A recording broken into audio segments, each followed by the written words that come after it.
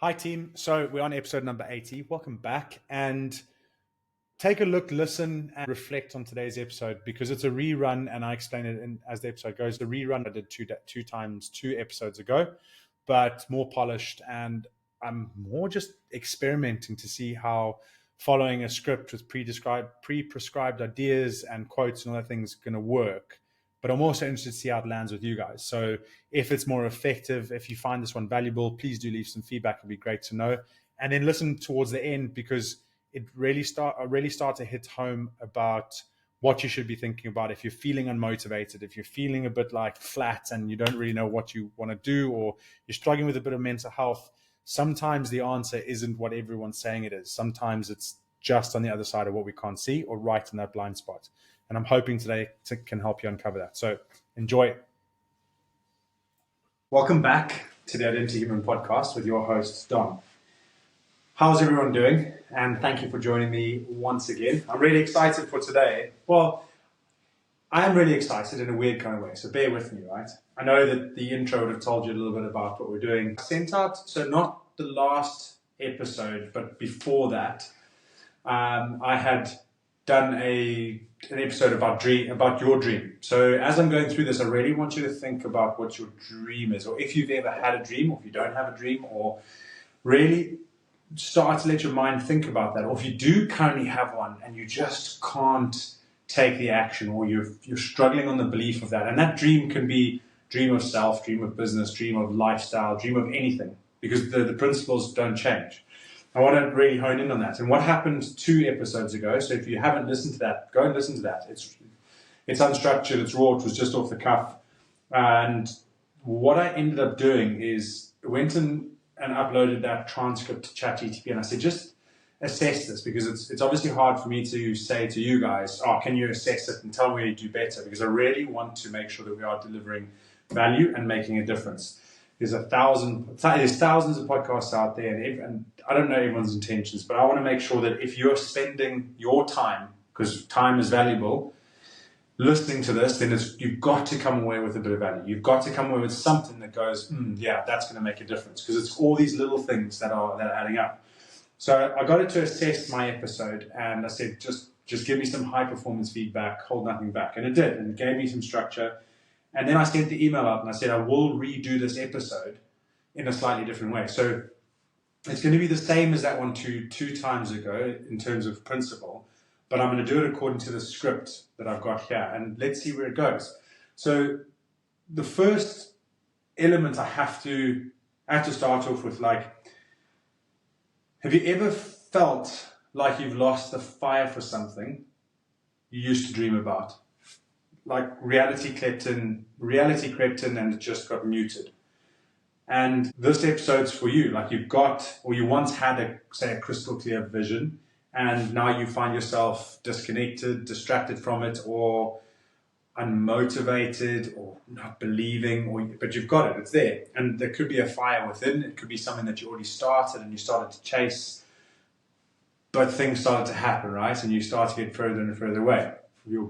The best example is any New Year's resolution you've set, because that's where it is, the dream about the person that you want to become, the business that you wanted to start, the business that you did start.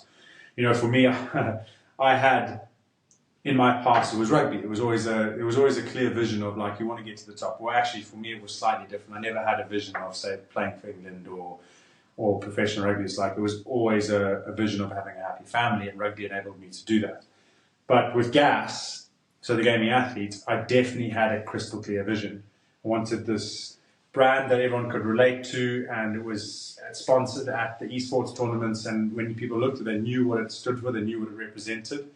They wanted to be part of that, and just by being part of it, it lifted up who they were for themselves. It allowed them to realize what they should and shouldn't be doing that wasn't beneficial to their health, their surroundings, who they were. And funny enough, that's kind of what Identity Human is, just without the gaming brand on it, right?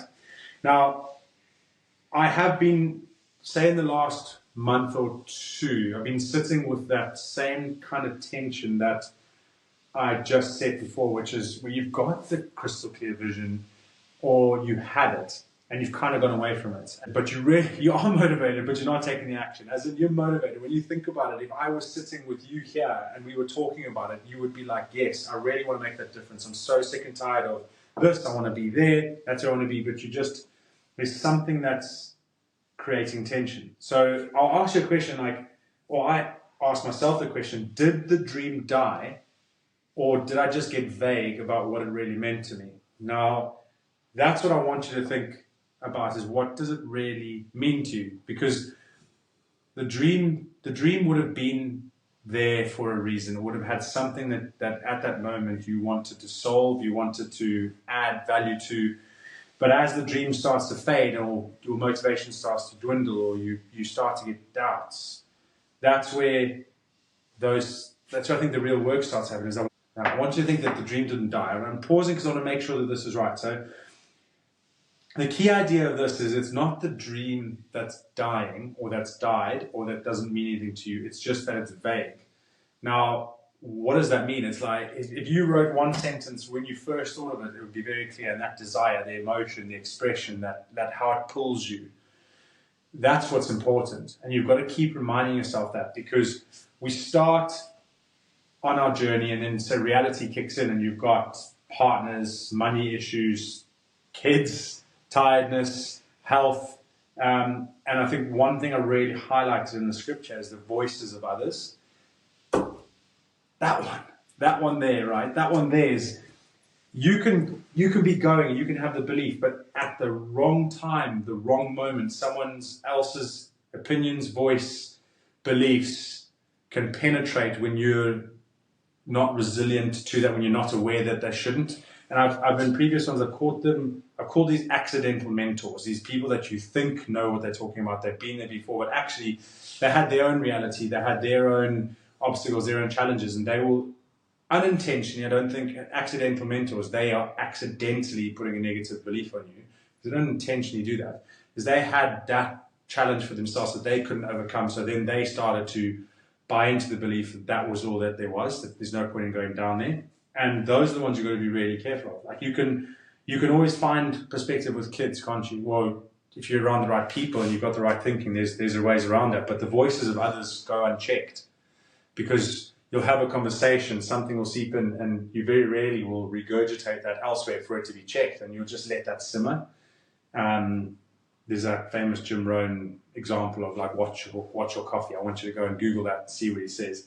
But there's a quote here, reality is often just inherited doubt that feels like wisdom. But I'm going to say it again, reality is often just inherited doubt that feels like wisdom. I think just let that sink in. It's other people's limitations, whether they use science, experience, all that kind of stuff, those are their limitations. That was their context. And I want to really reignite this belief, this reality, because it's that same thing. Like if you aim for the star, if you aim for the moon and you miss, you end up in the stars. There's so much that you can achieve in pursuing a big dream that you're always going to end up in a better place than where you are if you didn't try at all, because you didn't believe you could get there. Okay, so I really want to kick that back in. So just a bit of, you can bring in psychology and you can say the dream is there and all that kind of stuff, but what can very easily undermine that is someone will say you just don't have it in you, or they will limit you according to your background, your genetics, your personality, all that kind of stuff, right? Now, Robert Sapolsky, which I did mention in the episode two episodes ago, he's written a massive book called Behave, and it's a fantastic book if you have the time to go and read through it and listen to it, because he takes it deeper than deep. He looks 1 or 2 or 3 layers down from what everyone takes away. And the main principle that I want to give you is he talks about genetics. So genetics do not determine behavior. It's the presence of genetics in certain environments that the environment then unlocks that gene. Does that make sense? So yes, if you have a gene and an environment unlocks it, you can either succeed or not succeed. But genetics will not automatically make you succeed in any environment. So if you just think about that, there is still an element of choice and influence. Like I said, is the voices of others. That's an example of an environment and what it feeds you and how it genetically makes you interact or react or how you go about things. So there is a principle I'm saying a lot lately, is that two truths can exist at the same time. There isn't one fundamental truth, unless you want to go really technical, I get it. But when someone else disagrees with you, they may be right, but that doesn't mean that you're wrong. It's it's the degrees of truth that you need to find that make sure you can keep taking the momentum. And I just wanted to reemphasize that Robert Sapolsky's work is really good if you're someone that doubts your progress because you think that your version of reality is not the actual version of reality. If you think that genetics, or you think first of all, you're imaginative and you're very much on the mental side of things, as you believe, even if someone else says you can't, if you see that there's a possibility where everyone sees doubt because they keep saying, well, look, this happened before, therefore that'll happen again, or you just don't have what it takes in you because of your background.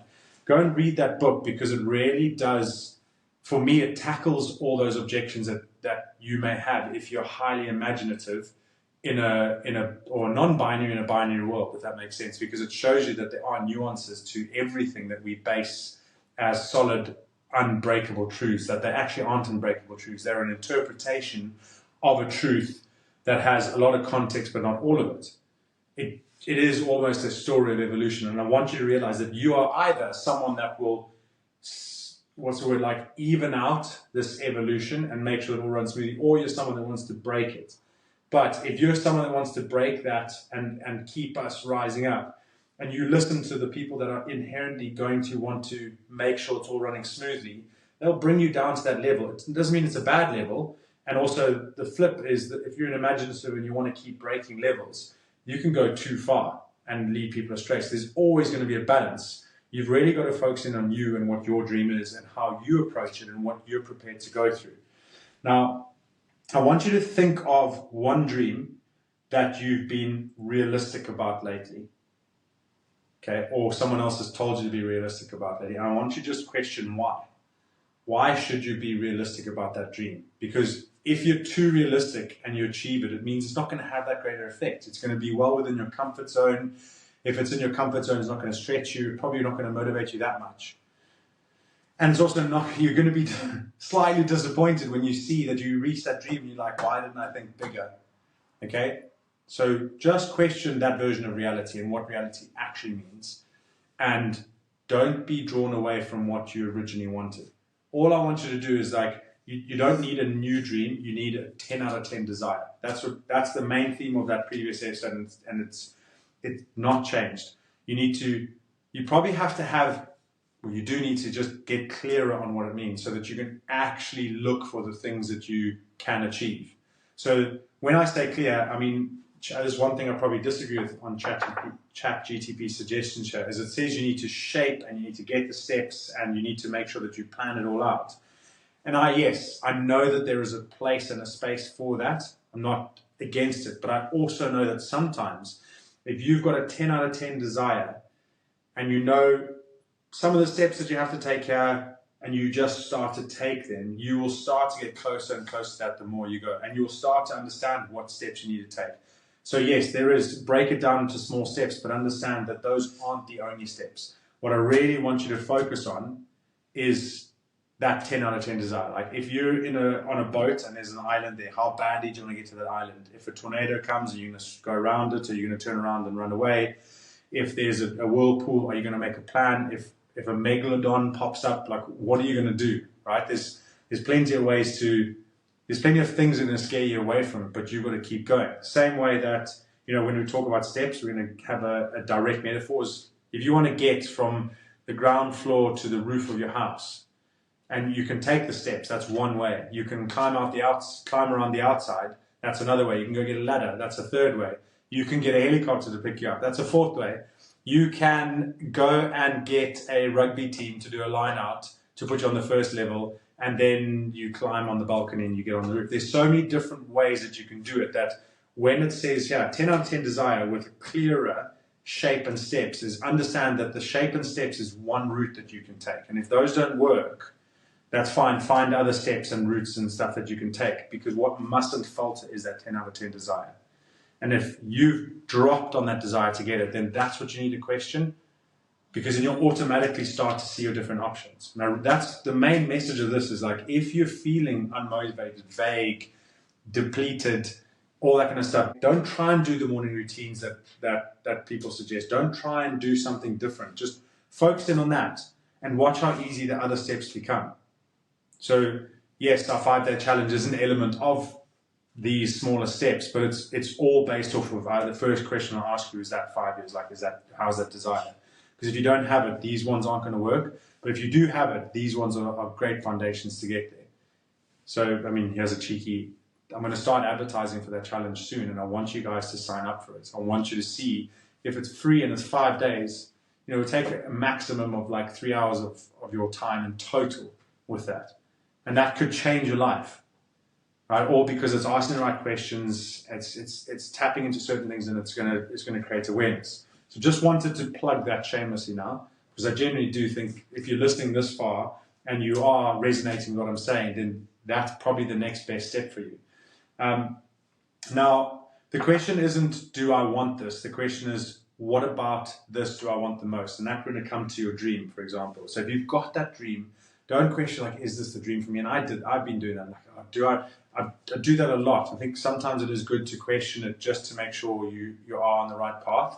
But it's more about, what about this do I want most and why? So what about this dream really excites me? That's where you start to get that clarity, and you start to go, yes, it's great. So let's say, for example, the gaming athlete, it has this great brand and all of that, but the money and the significance of that wasn't what it meant. It was the fact that you were creating belonging, that I understood that specifically. I knew, if I could affect a parent that has 3 kids, and that those 3 kids could have a better effect on themselves, then, when my kids grow up and they interact with those 3 kids by chance, we've raised a level. There's like, that specifically is like, I wanted that kind of effect to happen.